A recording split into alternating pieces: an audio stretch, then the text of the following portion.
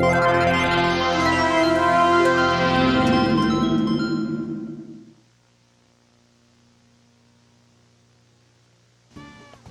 there, and welcome to your first Aperture Science educational presentation. My name is Dr.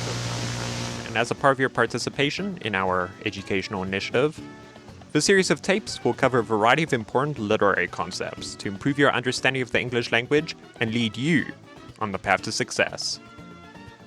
Are we really good with that?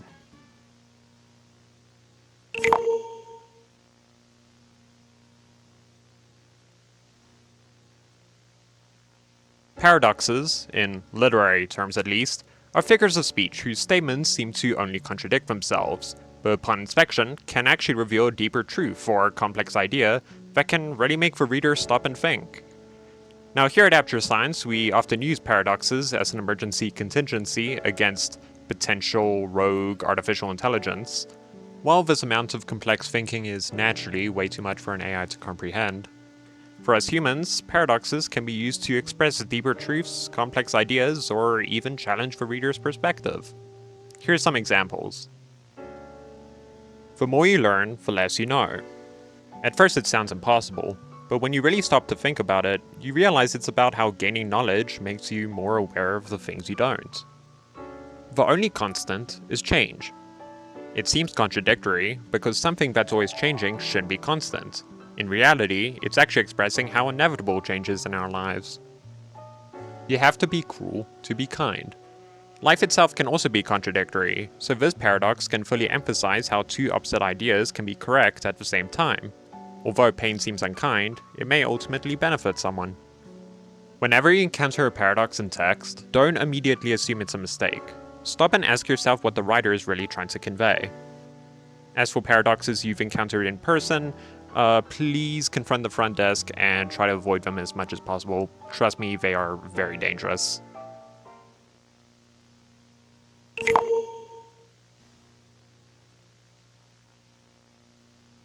Sometimes, if a writer wants to emphasize a specific emotion or mood of a character or scene, they may use a literary device known as pathetic fallacy.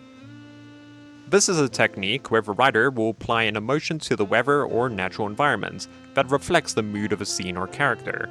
Of course, the weather isn't actually feeling these emotions, unless we're talking about our weather-generating robots, of course, but rather helps suggest to the reader how a moment is meant to feel instead of explicitly saying so. It's also important to keep in mind that this is not the same as personification, because unlike personification, the emotions being depicted still belong to a character, not the weather or object itself. Some examples of pathetic fallacy would include heavy rain during a funeral. The rain would reflect the sadness and grief the characters would be experiencing in the scene. Thunder and lightning during an argument. The intensity of the lightning mirrors the tension between characters.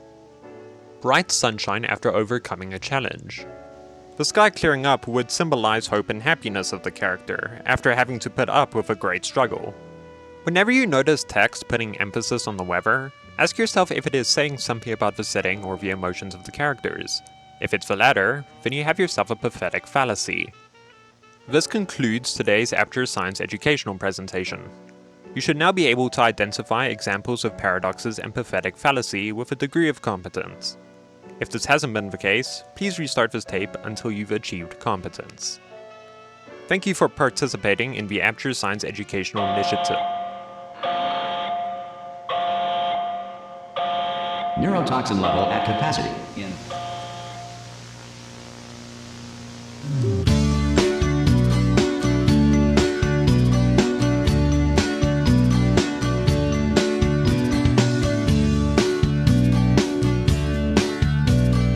Hey guys, welcome to your first Black Mesa educational video. RPG versus 10,000 explosive barrels test in 3, 2, 1...